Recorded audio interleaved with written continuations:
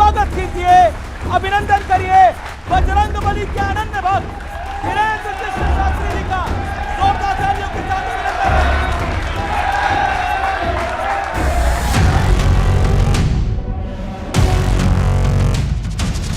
ये साधु संत अगर एकजुट नहीं रह पाएंगे तो समाज को मैसेज क्या देंगे? संतों से प्रार्थना है वीडियो ना करें। सभी को 3 बच्चे पैदा करने नहीं 4। चच्चे के 30 बच्चे हो सकते हैं तो हिंदुओं के 4 क्यों नहीं हो सकते हैं? अखिलेश यादव ने आरोप लगाया कि धीरेंद्र शास्त्री 50 लाख रुपए लेते हैं, वो भी अंडर द टेबल। इंतजार है कि कोई देखे जाए, हम तो कहते हैं ऊपर टेबल पे दे जाए। मुनीर के बारे में आप कहना क्या चाहते हैं? कुछ भी नहीं, झिटवेट आदमी। इसका मतलब भी समझा दीजिए। गूगल करो। हिंदू का ही धर्म परिवर्तन क्यों होता है? उसको अपने देवता में चमत्कार नहीं दिखाई देता, लेकिन फूफा वालों में चमत्कार दिखाई देता। हाँ, वो ऐसे रूमाल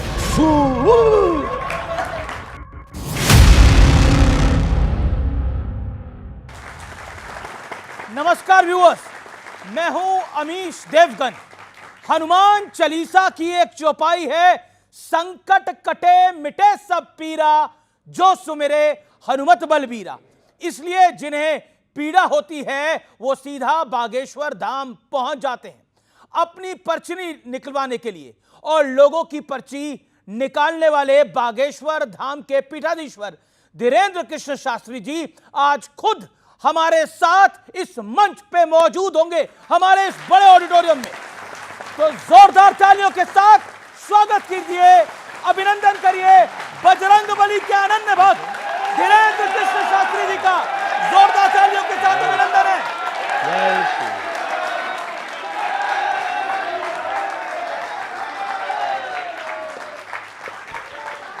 स्वागत है आपका बाबा। बहुत बहुत धन्यवाद। आप कैसे हैं? मैं ठीक हूं, आप कैसे हैं? आइए। जय श्री राम। तो बागेश्वर धाम के पीठाधीश्वर धीरेंद्र कृष्ण शास्त्री आज हमारे इस मंच पर हैं। एक बार फिर जोरदार तालियां धीरेंद्र कृष्ण शास्त्री जी के लिए।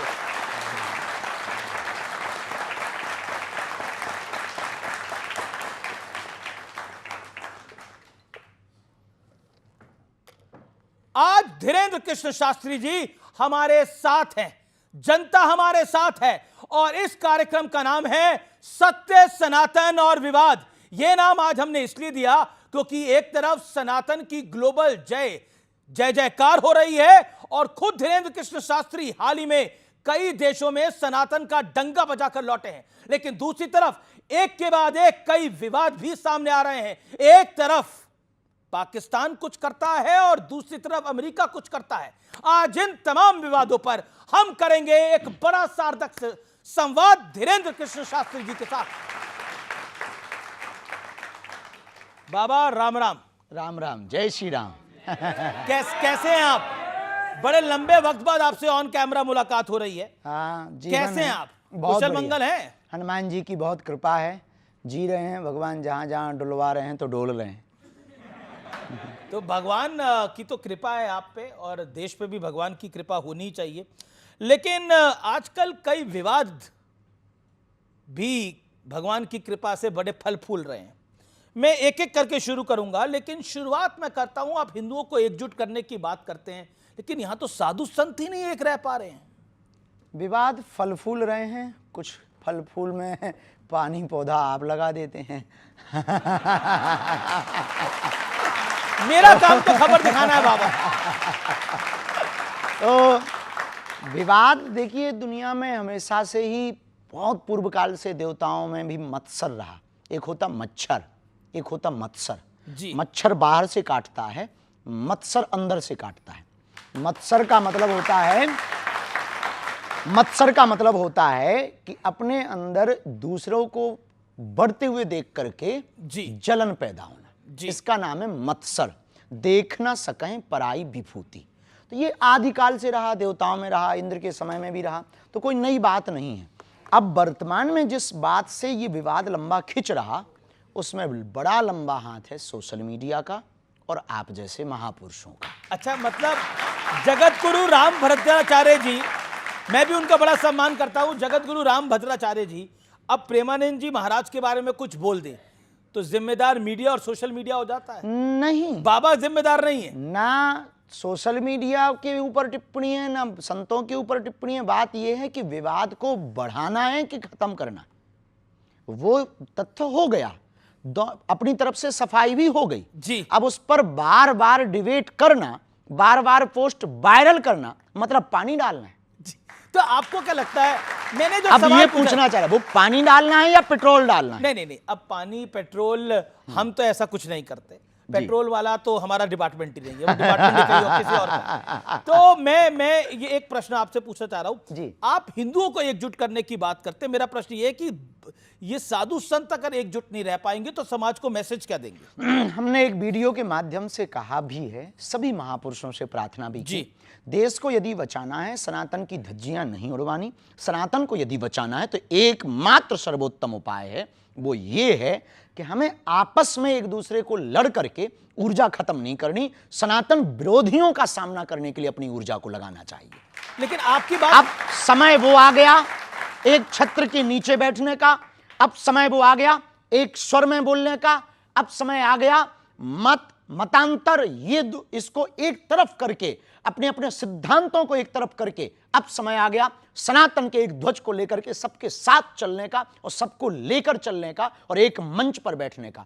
लेकिन वर्तमान में परिस्थिति जो इस देश में हो रही है वो निश्चित रूप से सनातन के लिए ये कहीं ना कहीं ग्रहण का काम कर रही हैं। चाहे वो संतों का विवाद हो, चाहे वो तीर्थों पर टिप्पणियां हो, चाहे वो रामचरितमानस का विवाद हो, मानवता पर विवाद हो, मानव सभ्यता पर विवाद हो, महिलाओं पर विवाद हो, बच्चों पर विवाद हो, या फिर नग्नता या फूहड़ता परोसी जा रही हो, या फिर सोशल मीडिया पर बच्चे नचैया और बेटियां नचनियां बन रही हो। ये सब हमारी सनातन संस्कृति और देश की स्थिति को बुरा ना मानना, ये देश की स्थिति को न जाने किस तरफ ले जाया जा रहा।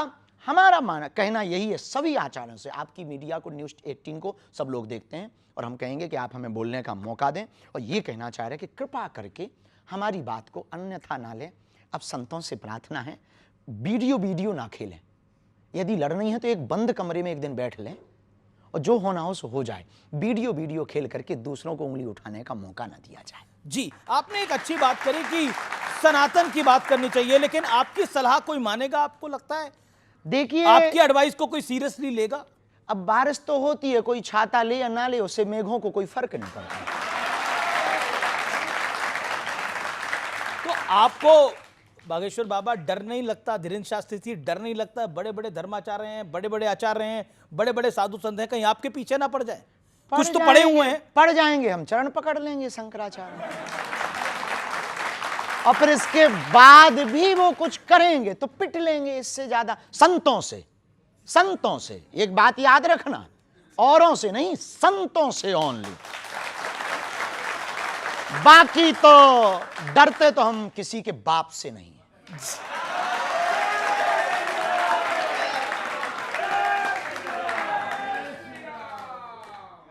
आपने पहले भी मेरे एक साक्षात्कार में बोला था, एक इंटरव्यू में बोला था कि आप डरते तो किसी के बाप से नहीं। क्यों डरे भाई? हमने कहा उसे कर्जा ले रखोगा?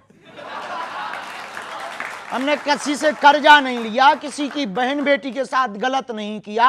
देश के लिए जी रहे, देश के लिए मर रहे, राष्ट्र के लिए कार्य कर रहे, बेटियों का विवाह करवा रहे, भंडारा करवा रहे, हॉस्पिटल के लिए पुरुषार्थ कर रहे, कथा से लोगों के जीवन बदलने का प्रयत्न कर रहे, जन चेतना जागृति की पदयात्रा कर रहे, वैचारिक क्रांति कर रहे। अब हमने लूटा है किसी को हमने पकड़ा है या किसी को छेड़ा है या हमने तुम्हारे आपके इस जो मीडिया का जो भी जिसका हो इस पर कब्जा किया हो, तब डरे हम।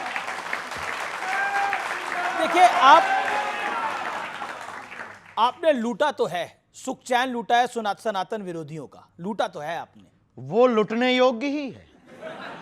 जो सनातन विरोधी हैं उनका चैन लुटना ही चाहिए। जो स्वयं हम लोगों से बेचैन है वो चैन में रह सकता क्या? जी, चलिए मेरा अगला प्रश्न है। संघ प्रमुख मोहन भागवत जी ने एक बहुत बड़ी बात कही। उन्होंने कहा कि सभी को 3 बच्चे पैदा करने चाहिए। नहीं, 4। अच्छा, 4 करने चाहिए। हाँ। अरे 3 पर इतना विवाद हो गया, उनके पीछे पड़ गए सब। चच्चे के 30 बच्चे हो सकते हैं। किसके? चच्चे के 30 बच्चे हो सकते हैं तो हिंदुओं के 4 क्यों नहीं हो सकते हैं? और क्या बुराई है? 2 बच्चे घर के लिए, 1 बच्चे संघ का के लिए और 1 बच्चे हिंदू राष्ट्र का लिए। ये तो फिर फैमिली प्लानिंग का तो बैंड ही बच जाएगा पूरा। है जी, फैमिली प्लानिंग का तो बैंड ही बच जाएगा। जब उनके 12-12 बच्चे खा पी लेते भगवान की कृपा से, तो 4 नहीं पाल पाओगे। तो कहा जाता था हम 2 हमारे 2, कॉन्सेप्ट बदल गया है अब पूरा। नहीं, अब तो उल्टा जमाना आ गया, ना बच्चे जीवन कटे अच्छे। जी, आजकल तो बड़ा उल्टा जमाना आ गया है। आपको लगता है बच्चे होने चाहिए? बिल्कुल होने चाहिए, और 4 होने चाहिए, हमने बोला नहीं है। बच्चे पसंद है आपको? भाई बच्चे किसको, बच्चे तो भगवान का रूप होते हैं। कौन ऐसा है जो बच्चों से विरोध रखता हो या ईर्ष्या रखता हो। अच्छा, एक आपके पुराने इंटरव्यू से मैंने एक कुछ निकाला है, वो मैं आपको प्ले करके दिखाता हूं। आप ही ने कहा था, कह दिया होगा। प्ले करते हैं। आप भी अपना परिवार बढ़ाना चाहते हैं क्या? बहुत जल्दी तो विवाह करेंगे आप भी? पक्का है, उसमें कोई संदेह नहीं। ये कोई गुनाह थोड़ी है, आपकी भी तो हुई होगी। तो लड़की देख ली है आपने या देख रहे हैं? अभी तो नहीं देखी। अभी नहीं देखी। आपको मिले तो खबर खींचिएगा। तो अब से कुछ दिन पहले, कुछ साल पहले तक तो आपने लड़की नहीं देखी थी, आपने देख ली है? हमने तो कई सारी वीडियो में। हाँ, अनऑफिशियल है भैया, जी। ऑफिशियल है। तो उसमें देखो, वीडियो में हम पूछ रहे हैं कि आपको मिले बच्चे तो भी बताना। पसंद है, आप कहते हैं 4 भी होने चाहिए। तो अब आपकी जब शादी होगी तो कितने करने का प्लान है? अब ये पहले शादी तो हो जाने दो, फिर भी योजना तो बनाई होगी। घर बस जाने दो। हम योजना से तो, हम तो ये हमारा एक ही नियम है, कोई नियम नहीं है जी। तो विवाह के रास्ते में कुछ कहानी आगे बढ़ी? अभी तो नहीं। अभी नहीं। अभी बहुत सपने हैं। हमारी एक आदत है, हम सपने युवान बच्चों को भी कहेंगे अपनी जिंदगी से, हम सपने सोते हुए नहीं देखते, जगते हुए देखना चाहते हैं। जब तक इस देश के लिए कुछ बड़ा नहीं करेंगे, जब तक हॉस्पिटल का निर्माण कार्य पूरा नहीं हो जाएगा, हमारा क्षेत्र आदिवासियों का क्षेत्र है, हमारा क्षेत्र दीनहीनों का क्षेत्र है, हमारे क्षेत्र में लगभग 15 किलोमीटर में कोई बहुत बड़ा हॉस्पिटल नहीं है, इसलिए हमने निर्णय लिया है कि हम मंदिर नहीं अस्पताल बनाएंगे। ये बड़ा निर्णय है और बहुत बड़ा हॉस्पिटल आप बना रहे हैं, कैंसर हॉस्पिटल आप बना रहे हैं, इसके लिए वाकई जोरदार तालियां आपके लिए। लेकिन बाबा, आरएसएस चीफ ने एक और बात कही कि हिंदुत्व जो है, हिंदुइज्म जो है, वो सेकुलरिज्म की गारंटी है। इस बात से आप सहमत हैं? और अगर सहमत है तो क्यों सहमत है? देखिए, सबके अपने अपने भाव होते हैं। सेकुलरिज्म की गारंटी हिंदुत्व है या ये नहीं, इस पर हमने बहुत ज़्यादा विचार नहीं किया। हम इतना कहेंगे कि सत्य, झूठ का बाजार इसलिए चलता है क्योंकि सत्य के सौदागर होते हैं, और झूठ की महिमा भी तब तक है जब तक सत्य है, और सत्य की महिमा भी तब तक है जब तक झूठ है। यदि सभी सत्यवादी हो जाएंगे तो फिर झूठ कहां जाएगा, और फिर सब सत्यवादी हो जाएंगे तो टॉर्च खत्म हो जाएगा। तो क्या मुसलमानों की वजह से सेकुलरिज्म नहीं है, सिर्फ हिंदुओं की वजह से सेकुलर है भारत? देखिए, भारत में हिंदुओं को और हिंदुत्व को खतरा हिंदुओं से। अच्छा, मुसलमानों से तो बहुत बाद में। हिंदुओं का खतरा हिंदुओं से, उन हिंदुओं से जो खाते भारत का है, गाते पाकिस्तान का। कौन है ऐसे आपकी नजर में? आप जैसे फॉर एग्जांपल आपकी न्यूज़ों पर बहुत लोग आते रहते हैं जो कहते रहते हैं कि हमें भारत में डर लगता है। आपकी न्यूज़ों पर आते रहते हैं कि ये सब भगवा आतंकवाद है। आपकी न्यूज़ों पर आते रहते हैं जो हिंदुत्व पर टिप्पणी करते, आपकी न्यूज़ों पर आते रहते हैं जो पदयात्रा पर टिप्पणी करते, आपकी न्यूज़ों पर आते रहते हैं जो सनातन पर टिप्पणी करते, आपकी ही न्यूज़ पर आते रहते हैं जो गजवाए हिंद चाहते हैं। हम भगवाए हिंद चाहते हैं। भगवाए हिंद चाहते हैं आप, लेकिन आपने भगवाए हिंद में फिर हम टोकें जी, भगवाए हिंद में यह गारंटी है कि मुसलमान रहेंगे। भगवाए हिंद में यह गारंटी है कि सिख ईसाई सब रहेंगे, पर गजवाए हिंद में यह गारंटी नहीं है कि हिंदू रहेंगे। जी, लेकिन मैं भगवा हिंद और गजवा हिंद पर भी आऊंगा, लेकिन आपने युवाओं की बात करी। आजकल का युवा जो है वो ज्यादा रील में रहना पसंद करता है, रियल में रहना पसंद नहीं करता। वो रिलेशनशिप में यकीन नहीं करता, सिचुएशनशिप में यकीन करता है। क्या कहना चाहेंगे? बहुत अंग्रेजी बोल दी आपने, इतनी अंग्रेजी हमारे ऊपर से निकल जाती है। इसका हिंदी बता दो, हम जवाब देंगे। जी, बेसिकली उसे लगता है कि शादी ब्याह में कुछ नहीं रखा, हम किसी के साथ रहें, हम कुछ भी करें और हम आगे बढ़ें। पश्चिमी कल्चर है, विदेशी कल्चर है, पश्चिम देशों का, भारत का नहीं है। हमारा भारत इसलिए महान है क्योंकि यहाँ मर्यादा है, यहाँ संस्कृति है, यहाँ व्यापारवाद में परिवारवाद पहले है। तो जी। हमारे भारत में परिवार की प्रमुखता है, हमारे भारत में मर्यादा है, हमारे भारत में प्रभु श्री राम का चरित्र इसलिए गाया जाता है कि सूर्पनखा जैसी एक दूसरी स्त्री प्रपोजल लेकर आती है तो भगवान राम कहते हैं कि हमें स्वीकार नहीं है, एक पत्नी व्रत धारण करते हैं, ये हमारा भारत है, ये हमारी मर्यादा है। और रामचरितमानस की खूबी देखना, राम जी के सामने जब सूर्पनखा कहती है कि तुम सम पुरुष न मोसम नारी, आपके समान पुरुष नहीं, हमारे समान नारी नहीं, हम युवान बच्चों को, रामायण पढ़ने वाले प्रेमियों को कहना चाहेंगे जरा सीखना प्रभु श्री राम से। जो लोग कहते हैं कि हमारी गलती नहीं है, उनको सीखना चाहिए कि वो बहका दिया इसलिए हम बहक गए। उनके मुंह पर यह सबसे बड़ा तमाचा है रामचरितमानस का पात्र कि जब सूर्पनखा आती है वो कहती है कि आपके समान पुरुष नहीं, हमारे जैसी नारी नहीं, तब राम जी जवाब बात उससे करते हैं, लेकिन सीतः चितय कही ते ही बाता, देखते जानकी माता की तरफ है, बात सूर्पनखा से करते हैं। किसी ने पूछा कि बात आपसे सूर्पनखा कर रही पर आप देख जानकी जी की तरफ क्यों रहे, तब प्रभु श्री राम ने जवाब दिया कि कोई पराई नारी हम पर डोरे डालने आवे तब अपनी वाली को देखना चाहिए। जी, लेकिन अब तो ये पूरा कॉन्सेप्ट बदल गया है, अब तो ये पूरा सिस्टम बदल गया है, इस पर आप क्या कहना चाहते हैं? हम इस पर यही कहना चाहेंगे कि यदि आप अपनी मूल संस्कृति से भटकेंगे तो ना आपका बेड़ा पार होगा ना देश का बेड़ा पार होगा।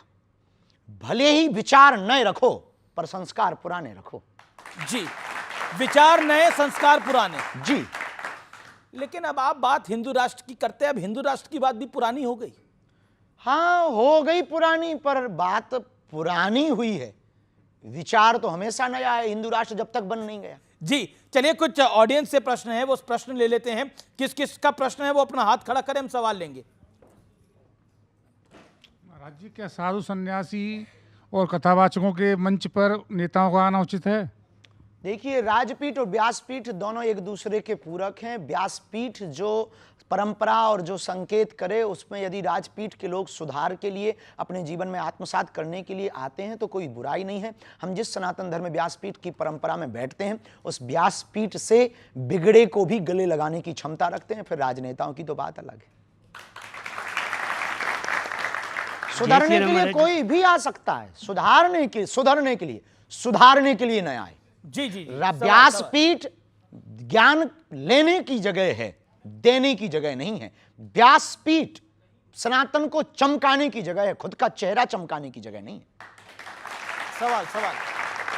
जय श्री राम महाराज जी, मेरा प्रश्न ये है कि हमें मंदिर जाके पूजा करनी चाहिए या घर पे नाम जप करना चाहिए, क्या चीज मंदिरों बेटर की है? व्यवस्था इसलिए क्योंकि हम मंदिर जाएंगे तो हमारे आदि जगत गुरु शंकराचार्य भगवान ने, जब बौद्धिज्म बहुत ज्यादा बढ़ रहा था, जब बहुत ज्यादा धर्मांतरण हो रहा था, मतांतरों के कारण, मतभेद के कारण, उस वक्त कम उम्र की आयु में आदि जगत गुरु शंकराचार्य भगवान, जो स्वयं शंकर का ही अवतार थे, चारों मठों की उन्होंने स्थापना की।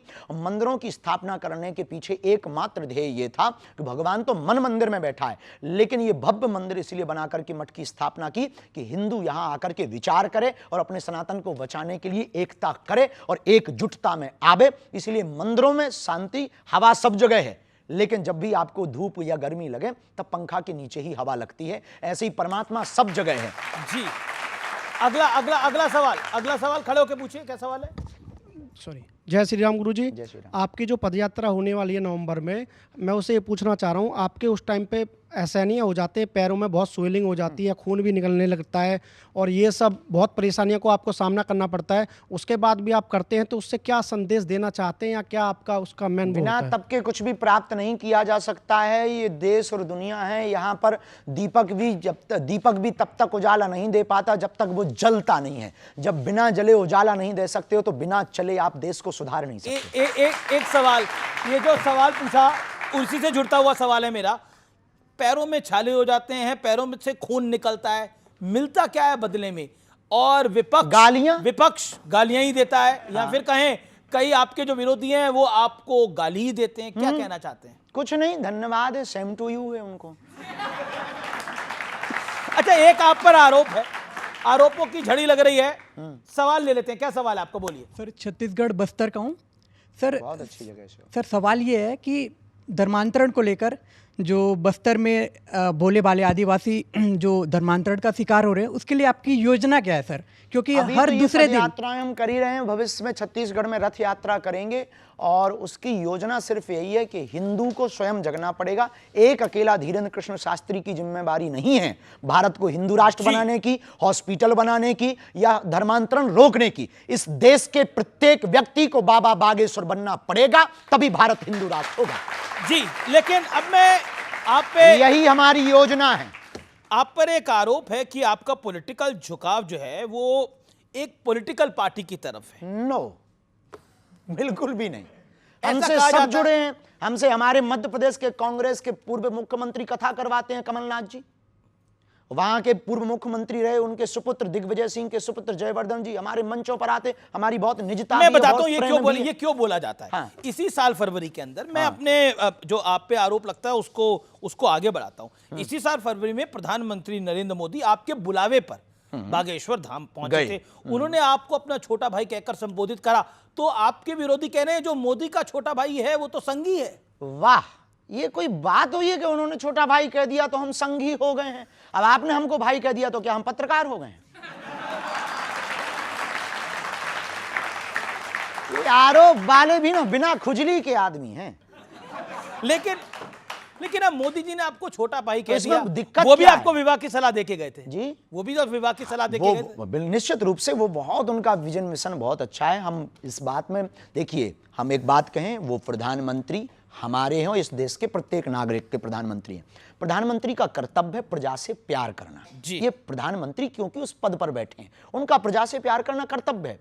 और हमारा एक पीठ के पीठाधीश्वर होने के नाते, एक सनातन के सिपाही होने के नाते हमारा कर्तव्य है आमंत्रण देना। हमने सबको आमंत्रण दिया और आपके मंच से हम फिर कहना चाहते कि 2026 में 15 फरवरी को फिर से 300 मातृ पितृहीन हम बेटियों का विवाह करवा रहे। यदि किसी पार्टी के नेता के अंदर भाव जगे, हमारी प्रार्थना है सपा, बसपा, कांग्रेस, बीजेपी और निर्दलीय जितने दल हैं उन सब से प्रार्थना है, उनके चीफों से प्रार्थना है, यदि आपके अंदर भाव जगे हमारा आमंत्रण स्वीकार करें। अब मोदी जी आपको छोटा भाई कहते हैं। वो हमें छोटा भाई कह के गए, ये लोग और आवे तो हमको और छोटा कह दें, हमें दिक्कत नहीं है, या बड़ा कह दें, हम मना नहीं करेंगे। सबके भाव है, उनका विजन मिशन बहुत अद्भुत है। इस देश में ऐसा प्रधानमंत्री आया जिसने राम की भी चर्चा की और आम आदमी की भी चर्चा की, खेल की भी चर्चा की तो रेल की भी चर्चा की। एक ऐसा प्रधानमंत्री आया जिनके सामने राम जी भी विराजमान है, कृष्ण कन्हैया भी बैठेंगे। जी, चलिए, आपने कृष्ण कन्हैया की बात करी। मोहन भागवत ने बोला कि अयोध्या, मथुरा, काशी हिंदुओं का मूल मुद्दा है इस देश के अंदर। आप इससे सहमत हैं? हम संभल को भी जोड़ रहे हैं, संभल को भी जोड़ रहे हैं। देखिए, ऐसे समझो, बिना तर्क के थोड़ी समझना है। तुम लोग ना तुरंत ताली ठोकते हो। त्रेता में राम जी प्रकट भय, बात सही है, तो अयोध्या में राम जी बैठ गए। अब आता है दूसरा युग, कौन सा? द्वापर, तो बैठेंगे कौन? फिर आएगा कलयुग, तो संभल। तो संभल में भी तो नरेंद्र मोदी हो ही आए हैं, प्रधानमंत्री तो संभल हो ही आए हैं, कल की धाम। बहुत अच्छी बात है, तो जाने में क्या दिक्कत है? वो तो देखो प्रधानमंत्री हैं देश के, वो कहे उनके पूरे देश में, वो हर गांव जा सकते हैं, कोई बुराई थोड़ी। जी। हम राजनेता थोड़ी हैं कि हम टिप्पणियां करें इस पे। हम पे तो सनातन की बात पूछो भैया। अच्छा, सनातन की बात पूछने से पहले थोड़ी राजनीतिक बात पूछ लेता हूं। अखिलेश यादव का आरोप लगाया कि धीरेन्द्र शास्त्री 50 लाख रुपए लेते हैं, वो भी अंडर द टेबल। मिले नहीं है, इंतजार है कि कोई दे के जाए। हम तो कहते ऊपर टेबल पे दे जाए, बाढ़ में गए अस्पताल में लगाएंगे, भंडारे में लगाएंगे, वैसे ही अभी हम कर्जा में हैं, कर्जा चुका लेंगे। आप तो साधु हैं, संत हैं, बाबा हैं, आप क्या करेंगे इतने पैसों का? हाँ, हम कुछ करेंगे नहीं, बेटियों का विवाह करेंगे। जब इस देश में नाचने वाले करोड़ों ले सकते हैं तो साधु दक्षिणा लेकर के, जब इस देश में बिमल गुटखा का, अन्य गुटकों का प्रचार करने वाला करोड़ों ले सकता है, इस देश में सट्टा खिलवाने वाला करोड़ों ले सकता है, इस देश में अश्लीलता, नग्नता फैलाने वाले सिंगर करोड़ों ले सकते हैं, तो साधु यदि 2-5 रुपया लेकर के गरीब बेटियों का घर बसवा दे, अस्पताल बनवा दे, तो बुराई नहीं है। देश के लोगों को दिल खोल करके करना चाहिए। हम चाहते हैं कि इस देश में हर व्यक्ति हमारे जैसा काम करे। लेकिन अब देखिए, आप कहते हैं कि किसी नाचने वाली को या फिर किसी नाचने वाले को इतने पैसे मिल सकते हैं। आपको इन नाचने वालों से, एक्टर से दिक्कत है क्या? संजय दत्त तो हमको आपके दोस्त किसी हैं। से दिक्कत नहीं, वो हमारे सब प्रिय है, हमें दिक्कत नहीं है। हमें दिक्कत है ये जो बीच में बोलने वाले खुजली वाले हैं उनसे। तो ये जो अखिलेश यादव जी का 50 लाख वाला बयान था, ये खुजली वाला है या दूसरा है? हम कुछ कह नहीं सकते, नेताओं पर हम कोई बयान देते नहीं, इस पर पर हम नेता तो पूर्ववत आप भी पे बोल देते हैं सकते बयान। वो देते रहते हैं, चूंकि अपन तो साधु हैं, गंगा में तो सब स्नान करते हैं। अच्छा, ऐसा क्यों है? अखिलेश यादव भी आपको कहते हैं, तेज प्रताप यादव भी आपको कहते हैं, वो आपके बिहार दौरे से खुश नहीं थे। नहीं, ऐसा नहीं है। कुछ चीज़ें बड़ी बनाई जाती हैं, उनका मंतव्य बिल्कुल भी गलत नहीं होता है, और गलत होता भी हो तो हम कुछ कह भी नहीं सकते। देखो भाई, हमारे लिए सब समान है। जितने प्रधानमंत्री नरेंद्र मोदी जी प्रिय हैं, उतने ही कमलनाथ जी प्रिय हैं, उतने ही हमको अखिलेश जी भी प्रिय हैं, उतने ही तेजस्वी जी भी प्रिय हैं। हम सबके लिए साधुवाद आशीर्वाद देते हैं। भगवान करे उनको सद्बुद्धि मिले, और जो वो कह रहे हैं वो अपनी विचारधारा से। कई बार ना जब ब्रीफिंग फीडबैक गलत पहुंचती है तब व्यक्ति कुछ भी बोल देता। अब तुम्हारे कान में आके कह दे कि बाबा जी तो गड़बड़ है, तो हम कितने भी बढ़िया बने रहे, पर तुम्हारा कान भरने वाला इतना बोल दे तो आप उसी नज़र से तो देखो। आपके बारे में कौन कान भर रहा है? हमें नहीं है पता है, अब वो जाने कि जिनके कान भरते हैं। अच्छा, हमें तो कोई दिक्कत ही हुई नहीं एक है। काउंटर पॉइंट आता है, आप कहते हैं कि अब वो लोग क्या करते हैं, नाचने वाले क्या करते हैं, एक्टर क्या करते हैं, वो एंटरटेन करते हैं, और एंटरटेनमेंट की तो एक कीमत होती है हमेशा। हाँ, देखो, वो मनोरंजन करते हैं, साधु मनोभंजन करता है। जी, दोनों में अंतर है, क्या अंतर दोनों है? में जमीन आसमान का अंतर आपकी नजर में क्या अंतर है। है? मनोरंजन से सिर्फ कुछ क्षणिक जीवन में बदलाव आता है, मनोभंजन से पूरा जीवन बदल जाता है। जैसे महात्मा प्रेमानंद, जैसे जगतगुरु पूज्य रामभद्राचार्य और अन्य अन्य संत, कई बार हम भी सुविचार देते हैं, कई बच्चे उसको सुन अच्छा, करके। ऐसा क्यों है कि साधु संतों की बात कई बार वो बोलना कुछ चाहते हैं, कह कुछ जाते हैं, और फिर कंट्रोवर्सी हो जाती है? आपके साथ भी अक्सर कई बार हुआ है। हमारे साथ भी होता है। देखिए, अपने हर शब्द के अर्थ के अनेक शब्द के अनेक अर्थ, शब्दा नाम अनेका अर्था, हर शब्द के अनेक अर्थ होते हैं, सबकी अपनी अपनी दृष्टि होती है। हम यहाँ खड़े हैं तो कहेगा बाबा चेहरा चमकाने आ गया, बाबा देखो मीडियाबाजी कर रहा है, बाबा को टीवी में बने रहने का बड़ा शौक है, बाबा को वायरल होने का बड़ा शौक है, बाबा तो दिल्ली में डोल रहा। कुछ लोगों का ये दर्शन है, बहुत बढ़िया है, कम से कम सनातन में कोई बोलने वाला तो है। कुछ ऐसा भी कह रहे हैं, कुछ ऐसा कह रहे हैं, अरे गुरु बहुत बेस्ट है, ये करोगे तभी सनातन बचेगा। आप कहते भी हो, करते भी हो, तो अपनी अपनी दृष्टि हो। जैसे आप हो, अब हमारी दृष्टि में आप बहुत बढ़िया पत्रकार हो, आपका वर्तमान प्रेजेंटेशन बहुत अच्छा है, और बहुत जल्दी अपने शब्दों को बदलकर सामने वालों को फंसाने की कला आप जानते हो हमारे अंदर, और सत्य बोलने की कला है, बेबाकी से बोलने की कला है। आप पिछड़ते नहीं हो। न्यूज 18 अपनी बात से कभी हटता नहीं है, हमें बहुत अच्छा लगा। लेकिन कुछ लोग कहते हैं वाह, अरे ये तो फलाने की मीडिया है, ये तो फलाने, कुछ लोग गोदी मीडिया कह देते। तो ये अपने अपनी दृष्टि है। आपके प्रति भी ऐसी दृष्टि रखते, हमारे प्रति भी कुछ लोग। अब कोई किसी को प्रभु श्री राम भगवान दिखाई देते, किसी रावण को राजकुमार दिखाई देते थे। तो अपना अपना चश्मा का खेल है। आपने व्हाइट चश्मा लगा रखा, कुछ लोगों ने काला लगा रखा। तो ये काले चश्मे वालों को आप मैसेज क्या देना चाहोगे? कुछ भी नहीं, भगवान तुम्हारा भला करे, भजन करो भैया। और क्या देंगे भैया, हम तो साधु जी। आदमी, हम किसी से विवाद थोड़ी करेंगे। हम तो यही कहेंगे भैया, आप विवाद सब करते नहीं, लेकिन विवाद हो जाते हैं।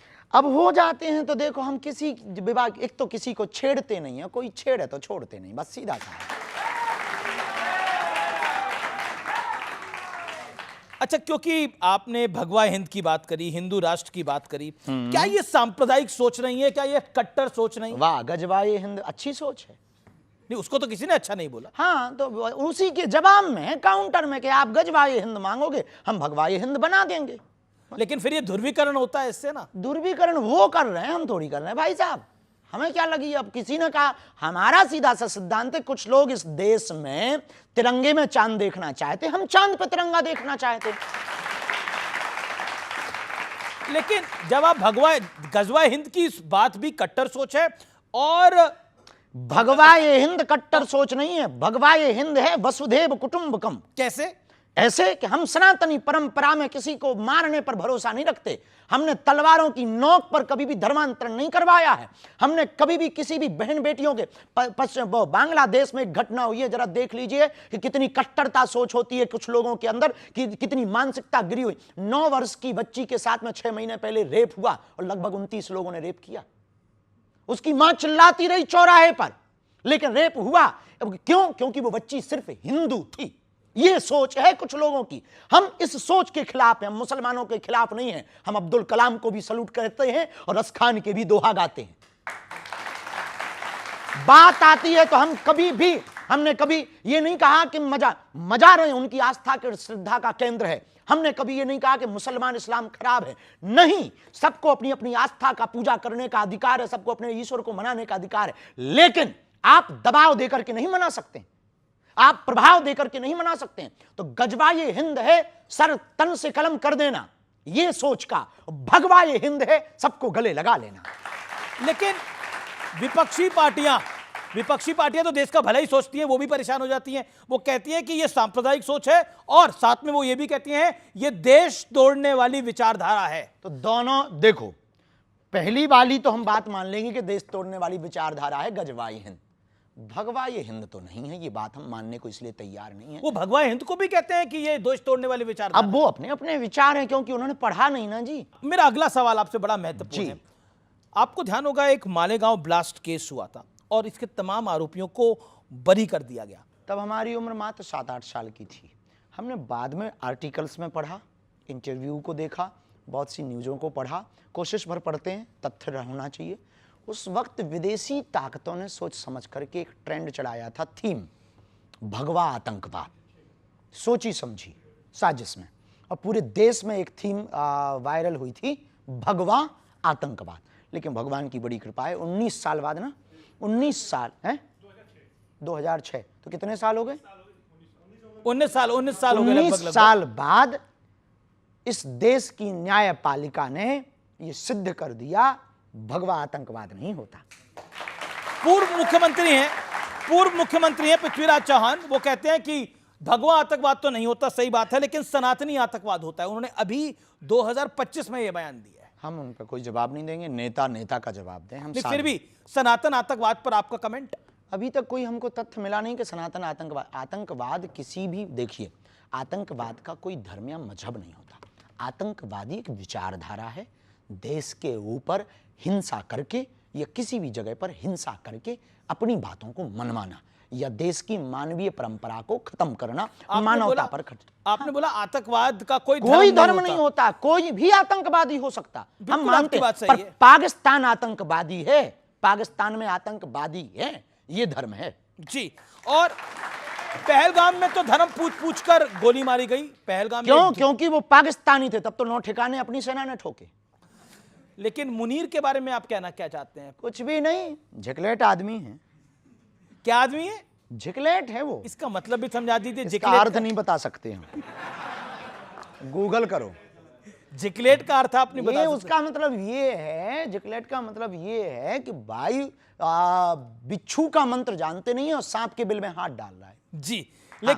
लेकिन मुनीर ने जो बात बोली, जब पहलगाम आतंकी हमले से पहले उन्होंने बोला हमारा देश अलग इसलिए हुआ क्योंकि हम में और हिंदुओं में बहुत फर्क है, हमारी पद्धति अलग है, हमारा जीवन अलग है। बिल्कुल।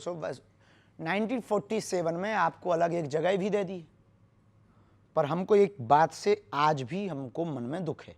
जब 1947 में 47 में धर्म के नाम पर जगह बांट दी, तो देश में ये बच कौन गए?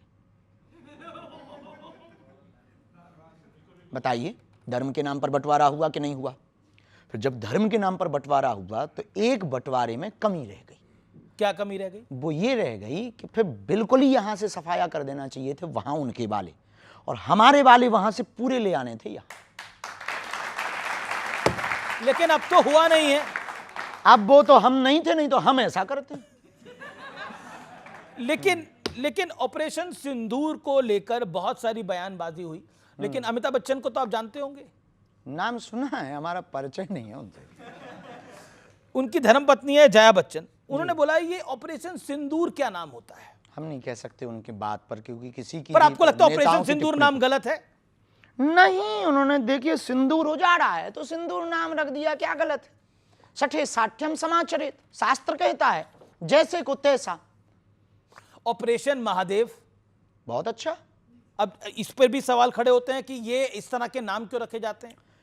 अब कुछ लोगों को तो पहले पढ़ाया जाता था गा से गणेश, तो कुछ लोग कहते थे इससे सांप्रदायिकता फैलती है, तो फिर गा से गधा पढ़ाया जाने लगा। और गा से गणेश बंद हुआ, गा से गधा पढ़ाया जाने लगा, तब से हो गया खेल, गधे ही पैदा हो रहे हैं। अब मैं आपको बताता हूं, बाला साहब ठाकरे की जो पार्टी है, उनकी पार्टी के एक संजय हैं और संजय राउत, वो कहते हैं कि ऑपरेशन महादेव, ऑपरेशन सिंदूर जैसे नामों के जरिए धार्मिक रंग दिया जाता है। नहीं, महादेव संहार के देवता हैं और शंकर जी सबके हैं। इस दुनिया में 3000 साल पहले जी कोई भी दूसरा धर्म नहीं था सनातन को छोड़कर। अब कोई अपने बाप को बाप नहीं बोल रहा तो ये उन लोगों की गलती है।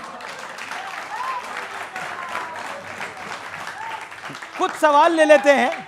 मैं उदय शहरी, भगत, सन्यासी या इनकलाबी, तीनों में श्रेष्ठ कौन है? भक्त यानी भक्त, भक्त ऐसी बात है ना, भक्त, सन्यासी और इनकलाबी। मतलब राष्ट्रप्रेमी, राष्ट्रप्रेमी, राष्ट्रप्रेमी, यही तीनों ही जो ठीक हैं। देखिए, भक्त और सन्यासी दो अलग नहीं है, एक ही हैं, जैसे चीनी और शुगर, ठीक है?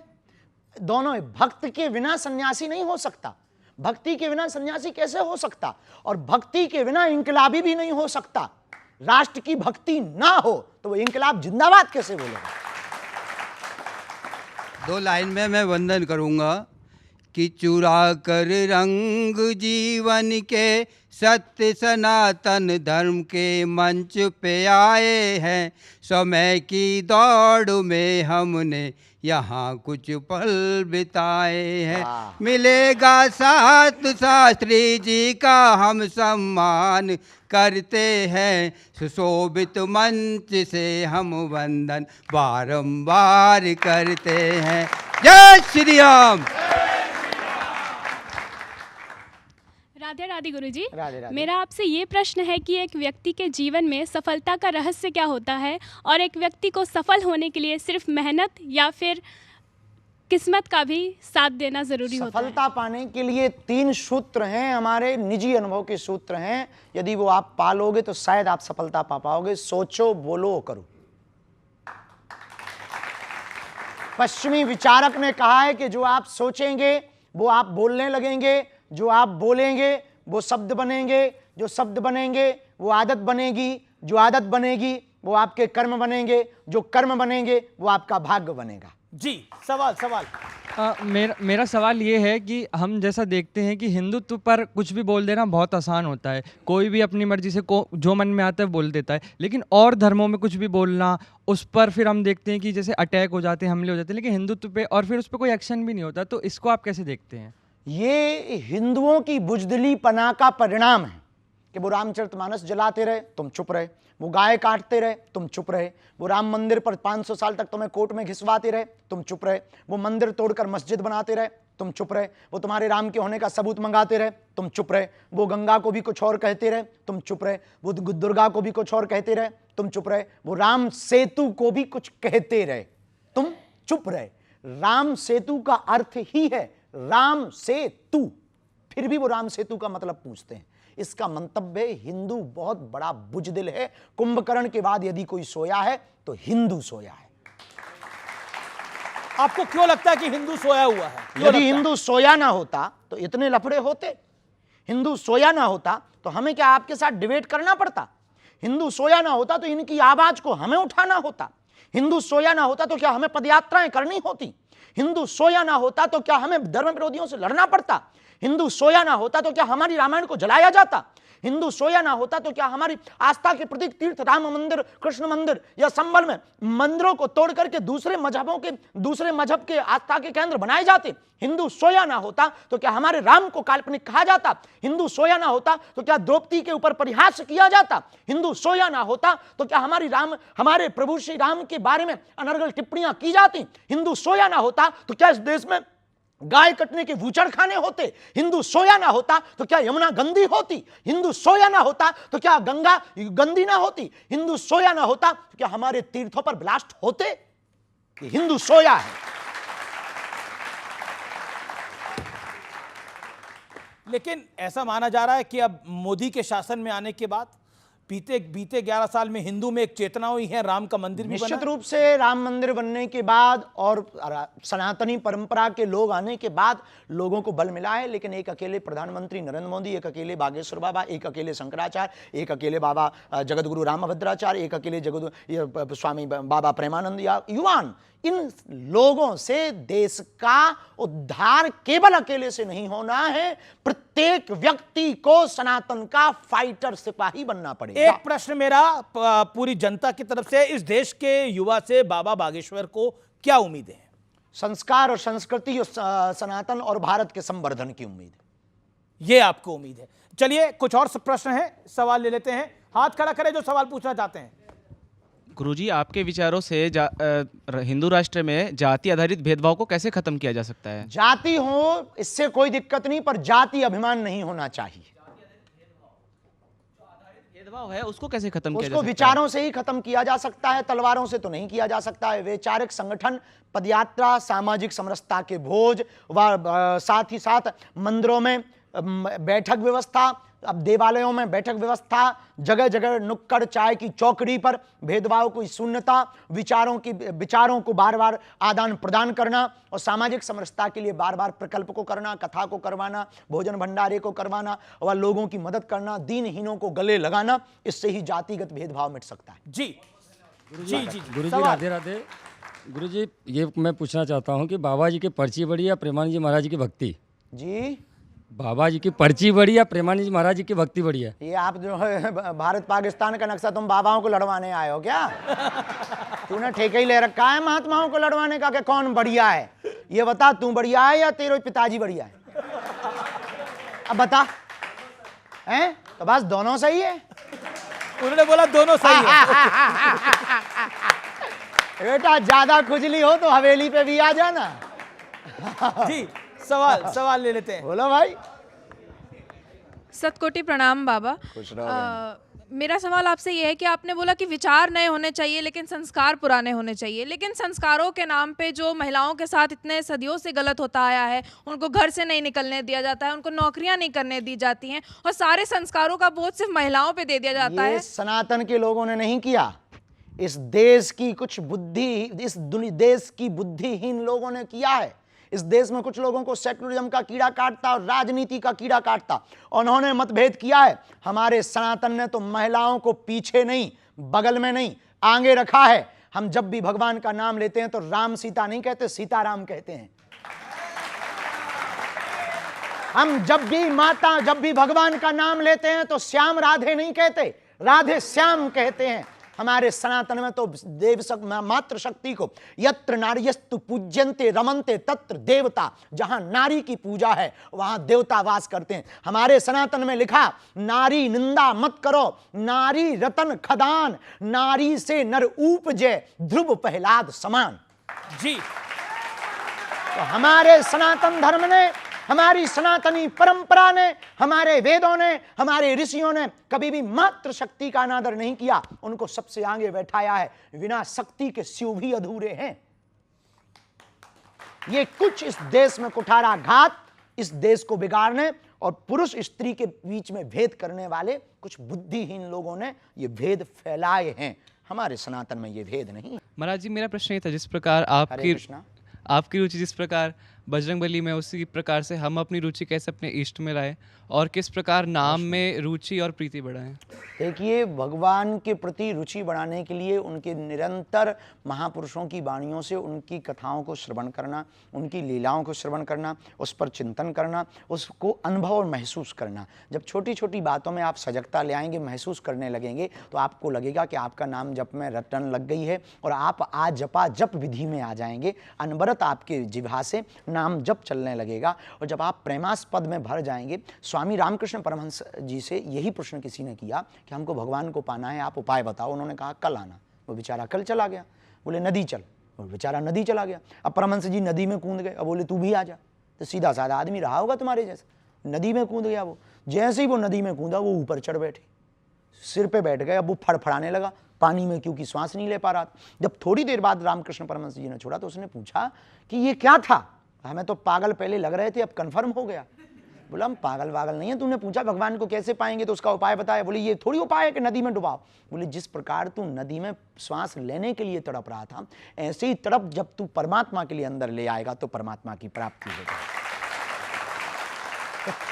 तो तड़प को बढ़ाने के लिए प्रेम बहुत ज़्यादा जरूरी है, तड़प को बढ़ाने के लिए उनकी लीलाएं सुनना बहुत ज़्यादा जरूरी है, तड़प को बढ़ाने के लिए महापुरुषों के चरित्रों को, जीवन को देखना बहुत ज़्यादा जरूरी है। तो नाम पर भी निष्ठा होगी, भगवान पर भी निष्ठा। आपने प्रेम की बात करी, तड़प की बात करी, ये युवा पीढ़ी के लिए सवाल है, आपकी नज़र में प्रेम क्या है, प्यार क्या है, लव क्या है? देखिए अब लव का हमें पता नहीं, प्रेम का पता है। आजकल लव के बहुत से अर्थ हैं। प्रेम का मतलब है समर्पित हो जाना, प्रेम का मतलब है, बिंदु जी की एक बहुत अच्छी लाइनें थी, मैं अगर देखूं तो देखूं मगर तुम ना मुझको देखना, तुमने अगर देखा तो फिर मगरूर हो जाऊंगा मैं अगर चाहूं तो चाहूं मगर तुम ना मुझको चाहना, तुमने अगर चाहा तो फिर प्रेमी नहीं मजदूर हो जाऊंगा मैं। लेकिन राधा और मीरा के प्रेम में, प्यार में, इश्क में और आज की जनरेशन की मोहब्बत तो नाम ही मत लीजिए, नहीं, तो आज प्रेम ही नाम लो, बहुत बेहतर। तो आज की जनरेशन की मोहब्बत में क्या फर्क है जी? आज की जनरेशन की मोहब्बत वो में शाश्वत प्रेम है, पवित्र प्रेम है, और आज का प्रेम वासना का प्रेम है। आज का प्रेम है भोग का प्रेम, आज का प्रेम है सिर्फ शारीरिक सुख का प्रेम, आज का प्रेम है क्षणिक में बदलने का प्रेम, आज का प्रेम सिर्फ बिस्तर तक रह गया है। बुरा मत मानना, आपकी टीवी पर ऐसी बात बोलेंगे कई लोगों को लगेगा बाबा बहुत विचित्र बात बोल रहा। बिस्तर पर ले जाने वाले तुम्हें बहुत लोग मिलेंगे, मंजिल पर ले जाने वाला कोई कोई मिलेगा। तो आप राधा और मीरा के प्रेम को आज के प्रेम से नहीं तोल सकते, क्योंकि आज का प्रेम वासना का है, मीरा और राधा का प्रेम उपासना का था। और मीरा और राधा ने सिर्फ कृष्ण से प्रेम किया, और आजकल के बेटा और बेटी तो भगवान ही बचाएं।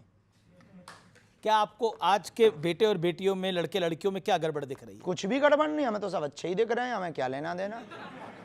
हम उनको एक सलाह कोई देना चाहेंगे आप अपनी तरफ? यही सलाह देंगे कि देखो भाई बुरा मत मानना, ये प्यार मोहब्बत इसके जो भी तुमने नाम देते हो ये सब बाद में कर लेना, पहले सफलता पा लेना, पहले सफलता पा लो। अब ये डोनाल्ड ट्रंप को क्या टेंशन है आपकी राय के अंदर? हमारा पड़ोसी तो नहीं है, डोनाल्ड ट्रंप तो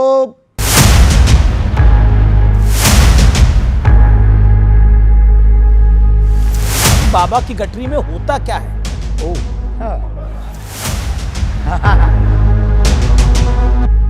अब आप बताइए, इतना महंगा चश्मा, यॉट पे घूम रहे हैं, किसी हलवा नाथ में फोटो खींच, डोनाल्ड ट्रंप। अब इस पे तो कुछ बोलना पड़ेगा।